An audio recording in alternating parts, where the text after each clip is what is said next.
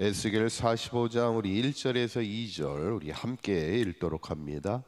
너희는 제비 뽑아 땅을 나누어 기업으로 삼을 때 한 구역을 거룩한 땅으로 삼아 여호와께 예물을 드릴지니 그 길이는 25,000척이요 너비는 10,000척이라.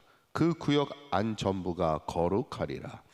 그 중에서 성수에 속할 땅은 길이가 500척이요 너비가 500척이니 네모가 반듯하며 그 외에 사방 50척으로 전원이 되게 하되.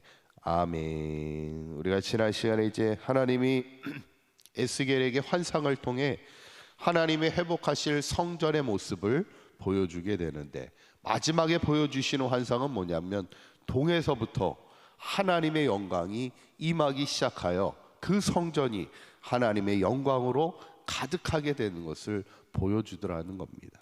저는 바라기는 우리 사강교회가 항상 우리 성도님들이 기도할 것이 하나님의 영광이 가득한 교회가 되어서 이 땅의 많은 사람들에게 하나님의 영광을 드러내는 교회가 될 수 있도록 함께 기도하며 그런 교회를 세워갈 수 있는 저와 여러분들의 삶이 되시기를 간절히 축원합니다.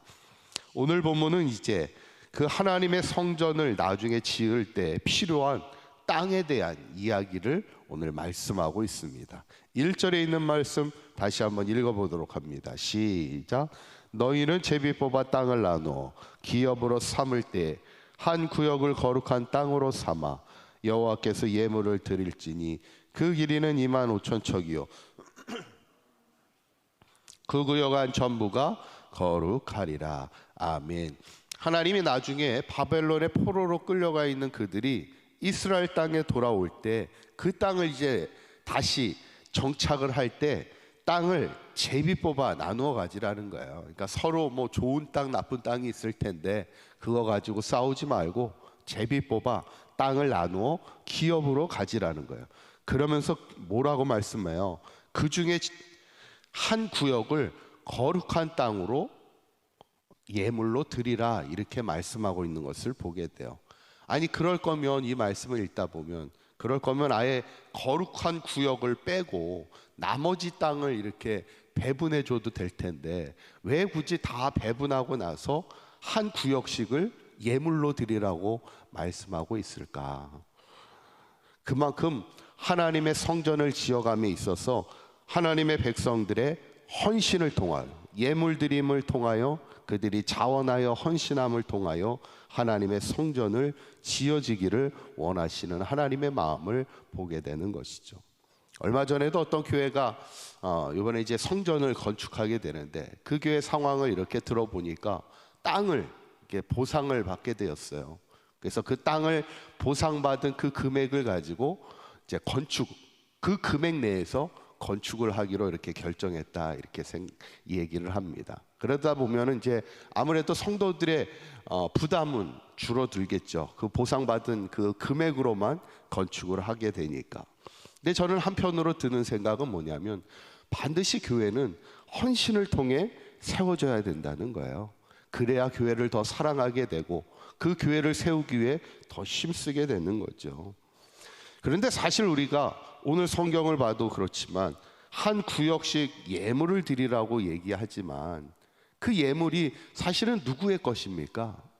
우리의 것을 드리는 겁니까? 그렇지 않아요. 하나님이 주신 것을 하나님 앞에 드리는 겁니다. 그 땅의 원래 주인은 누구예요? 하나님입니다. 하나님이 그 땅을 기업으로 다 주신 거잖아요. 그 일부를 하나님 앞에 예물로 드리는 것이죠. 어쩌면 헌신이라는 것은 헌신할 수 있다는 것이 그만큼 우리가 하나님께 받은 은혜가 있다는 것을 반드시 우리는 기억해야 됩니다. 그래서 우리가 하나님 앞에 물질을 드릴 때도 그렇고 시간도 마찬가지입니다. 우리가 성경에 안식일을 거룩하게 지키라고 우리에게 말씀하여 주일을 우리가 온전히 하나님 앞에 시간을 드리잖아요. 근데 그 시간 누가 주신 겁니까? 하나님이 주신 거죠. 우리가 생명이 있어 살아있다는 것, 우리가 살아갈 수 있는 날들이 있다는 것, 다 하나님이 우리에게 시간을 허락하신 거죠. 그 중에 일부를 우리가 안식일을 통하여 하나님 앞에 예물로 드리며 하나님 앞에 거룩하게 안식일을 지켜 살아가는 거죠. 우리가 항상 우리가 누릴 수 있는 것, 어쩌면 우리가 헌신할 수 있는 것, 어쩌면 우리가 하나님 앞에 드릴 수 있는 것 모두가 다 하나님이 주신 은혜임을 기억하며 우리의 헌신을 통하여 하나님의 몸된 교회를 잘 세워갈 수 있는 저와 여러분들이 될 수 있기를 간절히 바랍니다. 그런데 오늘 성경에 보면 하나님이 그렇게 구역을, 거룩한 구역을 이렇게 만들게 돼서 그 구역을 어떻게 사용하는가를 보면 2절에 있는 말씀 한번 읽어보도록 합니다. 시작. 그 중에서 성소에 속할 땅은 길이가 500척이요 너비가 500척이니 네모가 반듯하며 그 외에 사방 50척으로 전원이 되게 하되. 아멘. 그 거룩한 구역을 만들어서 제일 먼저 뭘 짓게 하냐면 성소에 속할 땅을 짓게 되는 겁니다. 이제 성소를 짓게 되는 거죠. 이만큼은 500척 500척은 성소에 속할 땅으로 삼아서 성소를 짓게 되고, 그 다음은 또 뭘 짓게 되냐. 4절에 있는 말씀 한번 읽어보도록 합니다. 시작. 그것은 성소에서 수종드는 제사장들 곧 하나님께 가까이 나 수종드는 자들에게 주는 거룩한 땅이니 그들이 집을 지을 땅이며 성소를 위한 거룩한 곳이라. 아멘. 처음에 그 거룩한 구역을 만들어서 처음에는 성소를 지을 땅으로 성소를 짓게 되고, 그 다음은 누구를 위한 땅을 만들어요? 그 성전에서 수종을 드는 제사장을 위한 땅을 만들어 제사장이 머물 집을 만들게 되는 것을 보고, 그 다음 구절을 보게 되면 이제 또 성전에서 수종드는 레위인들을 위한 집을 짓고 그것을 이제 그 땅을 만들어 짓게 되는 것을 보게 되죠. 이게 뭐예요? 하나님의 거룩한 구역을 지어서 하나님의 성전을 지우고 또 하나님의 성전에서 일할 사람들을 그들이 살아갈 수 있도록 이스라엘 백성들이 그들을 섬겨주는 것을 보게 되는 거죠.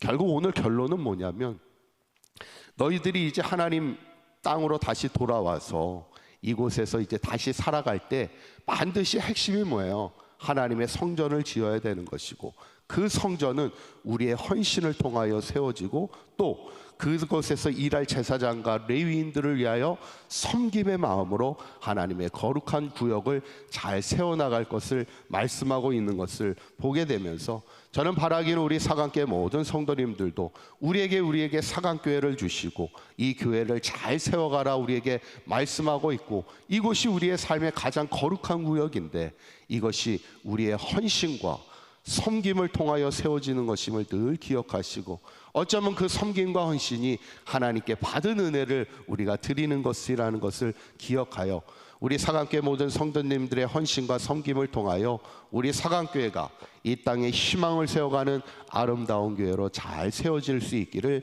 주님의 이름으로 간절히 축원합니다. 기도하겠습니다. 고맙고 감사하신 하나님, 우리의 나의 나 된 것이 하나님의 은혜임을 믿습니다. 우리가 하나님께 받은 은혜 늘 감사함으로 하나님 앞에 헌신하며 섬기는 삶이 되게 하여 주시옵소서. 주님의 몸된 교회를 잘 세워가게 하여 주시고 우리 사강교회가 오직 하나님의 영광으로 충만하며 하나님의 영광을 드러내는 삶이 되게 하여 주시옵소서.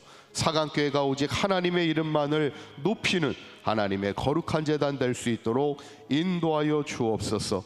날마다 교회를 위하여 헌신하며 수고하는 우리 사랑하는 성도들을 기억하여 주시고 저들의 아름다운 헌신과 섬김이 나중에 하늘의 상급이 되게 하시고 하나님의 영광이 되게 하시고 하나님 나라 생명책에 그 이름이 기록되는 삶이 되게 하여 주시옵소서. 저들의 헌신과 섬김을 통하여 우리 사강교회가 앞으로도 계속 하나님의 영광을 나타나며 이 땅에 희망을 세워가는 아름다운 교회로 서갈 수 있도록 축복하여 주시옵소서. 우리 주 예수 그리스도의 이름으로 기도하옵나이다. 아멘.